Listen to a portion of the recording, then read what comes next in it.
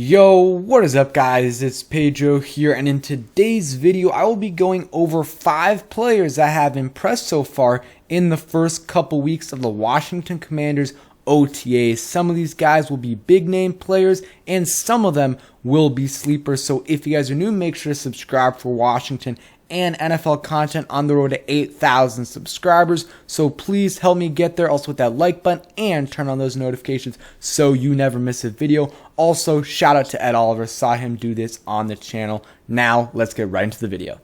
Okay, so we've been through the first couple weeks of OTAs. The media has been to a couple sessions. Some content creators have been to sessions as well. So we have somewhat of a sense of how, well some players are playing. So we're going to go through 5 of the players that have shined so far in OTA. So let's get started. And of course, it's just OTA, so we can't get too hyped up about one player's, playing really well or playing poorly, because it's just OTAs, it's just practice, but it is something, so, it is a little bit of a factor. So the first guy is Jahan Dotson. He's kind of been the headliner. Him and Carson Wentz have been developing a very good connection, and Jahan Dotson, on every single day almost that the media's been there or the content creators that were there, for one day, they've been saying that Jahan Dotson is torching the defense, and Carson Wentz, they have a good connection. He's one of Carson Wentz's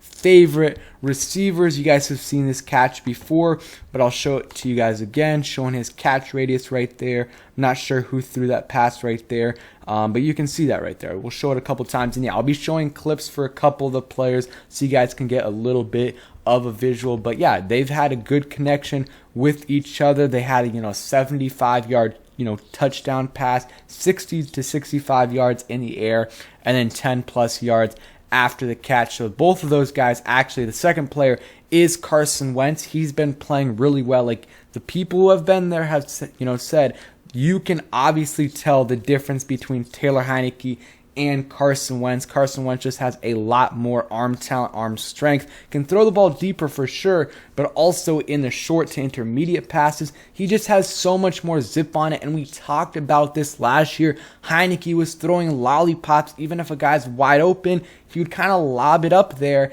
and the receiver who was open, now the DB either intercepted it or broke it up. So that happens so many times where Terry was open and Heinicke would just throw it and throw it really with not enough zip on it, and the cornerback would break it up, and that just can't happen. Or sometimes he would throw some hospital passes because he threw it too slowly. So that has been noticeable with Wentz versus Heinicke, and they've been, kind of doing the same plays. So the media and the, content creators have been able to see them back to back, and there's a noticeable difference. Like, there was one play where Heinicke kind of, sailed the, a ball over the receiver, and it got intercepted or something like that. And then the next, when Carson Wentz went, it was kind of a similar play, but instead he had enough zip on it where it got to Jahan Dotson and it was a touchdown. So, those guys, you can see the difference between the two quarterbacks. Of course, the height helps as well. I was listening to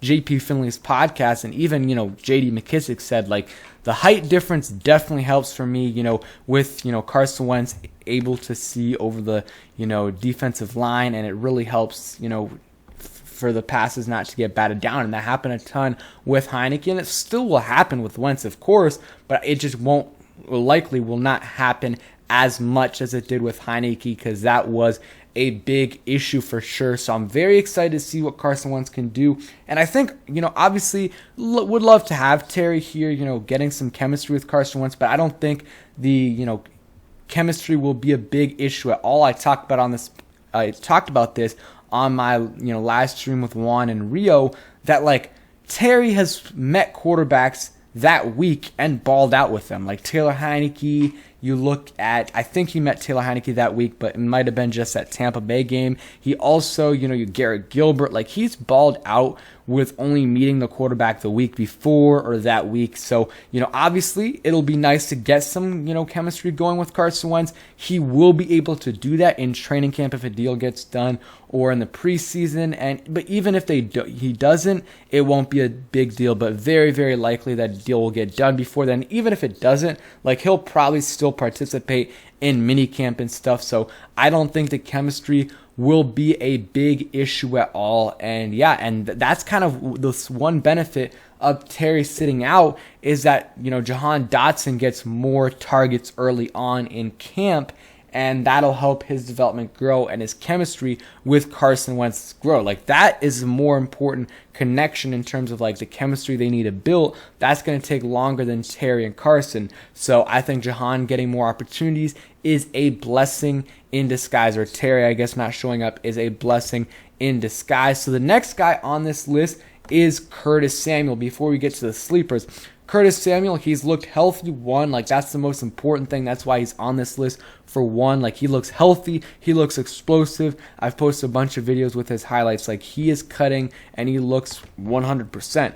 And you guys can see a clip right here. Carson Wentz dumps it off to him. He's able to catch it, spin move, and whatever, able to get, those yards after the catch. Like, he is shifty. We know that about Curtis Samuel, but it's good to see it on the field, and this is actually an 11v11 or 9v9. You can see that spin move, and I'm excited to see what he can do to this offense. Like, he's basically an addition to the team this year, because he really did not play last year.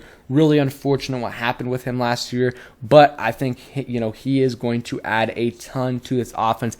Very versatile player, will be able to take away some attention from Terry and even Jahan Dotson as well. And he gives you another insurance policy. So very excited to see what he can do. And he's been making a bunch of nice catches. This catch right here, there's another touchdown catch as well. And again, the most important thing, he looks healthy, and even in the rain that one day where the media was there, he was making great cuts. He was in and out of his breaks smoothly, and he was able to stay healthy. So that is great for Curtis Samuel, and hopefully he can carry this into the start of the season, because he is the X factor for this offense. Like, I will make a video later this offseason talking about the X factor for this team, and I think that's Curtis Samuel, honestly, at least for the offense, because having him back is really going to help us. Next guy, this is one of the sleepers, Efio Bada for the Washington Commanders. I think I heard John Keim talk about him playing pretty well, and then Mitch Tischler and JP Finley and them, they both of their OTA recaps, they mentioned that Efio Bada has looked really good, and he's been putting Sadiq Charles on the ground. So this is good for Efio Bada, not good for Sadiq Charles. Could be Efio Bada is a beast, and or could be Sadiq Charles is not good at all this year and got worse, or it could be a combination of both things. But I think Efio Bada is going to be very solid for the Commanders. Like, I think he'll be in that 3.5 to 6 sack range for us, because he's going to be that third edge rusher. We don't really have that much great depth, and he's definitely better than anything we have after Chase Young and Montez Sweat. He's better than Casey Toohill. He's better than James Smith-Williams, in my opinion. He's better than Shaka Toney. Like, I think he's had like 6 sacks in the last couple years, something like that. You look at these stats right here, top 15 in pass rush productivity since 2020, 13% pass rush win rate. And you guys can see this right here. So he is versatile, also can play on the inside and the outside, and he's been doing really well in OTAs. Not getting sacks, because you can't really get sacks in OTAs. You can't hit the quarterback, but if they could, he probably would have been getting a lot of sacks. I'm excited to see what he can do. Obviously played for Carolina, played for the Bills as well. Ron Rivera loves the Carolina players, but he loves the Carolina Buffalo Bills players even more. And Efio Bada is also part of that international pathway program, so we'll see what he does this year. But he's probably our best backup defensive lineman, besides maybe Fedarian Mathis. But we'll see what Efio Bada does this year, because he has a chance to be a very solid player for the Commanders. I think that was a really good deal. They got him for like a 1-year veteran minimum contract, like around that. Very, very cheap deal, and I think he will be able to produce for the Washington Commanders as that third guy off the edge, because he's going to get significant playing time, because Chase Young and Montez Sweat won't be playing 100% of the snaps. Next guy on this list, Cole Turner. I heard this from Rio, and I can't remember who else said it, but I know I heard it from someone else, that Cole Turner has been looking really good up close, and obviously needs to play actual games, but the guy looks legit. Shout out Rio. was on the channel the other day, had a great live stream on his channel as well. So go ahead and check that out. But, Cole Turner looks good. Again, 6'6", 6'7", so he's a big body, and he's mainly a pass-catching tight end. He's not a great blocker, but he is a good pass catcher, and he's looked pretty good so far. Again, very big target, so Carson Wentz, he's going to have a security blanket, and it could be another thing where Logan Thomas's injury could be a little bit of a blessing in disguise if he can play early on in the season, just because Cole Turner will get significantly more snaps, definitely in the offseason, maybe in the regular season as well, but hopefully Logan Thomas can start off the regular season, healthy. I don't know if it's going to happen. If I had to bet on it, I probably would bet on Logan Thomas starting the year maybe on IR or just not playing the first game or two. But who knows? Hopefully he's good to go for the start of the season. But he's a little bit older, 30 years old, and he's a big guy, and he had that injury in December, I believe. So it might take a little bit longer for him to come back, and if that's the case, Cole Turner, John Bates, Sammis Reyes, those guys are going to have to step up, and maybe Sammis Reyes will make the team as well. And I saw in Ed Oliver's video as well, Hodges, I think Curtis Hodges has looked good as well. Logan Paulson, I remember when they signed him as an undrafted free agent, he said he almost liked, Hodges better than Cole Turner. So he could make it over Sammis Reyes, but they also could just put him on the practice squad because no one's, unless he looks amazing in the preseason, because no one drafted the guy, and each team obviously had around 7 picks each, and no other team besides the Commanders signed him, and it took a while for him to get signed, I believe at least a day or so.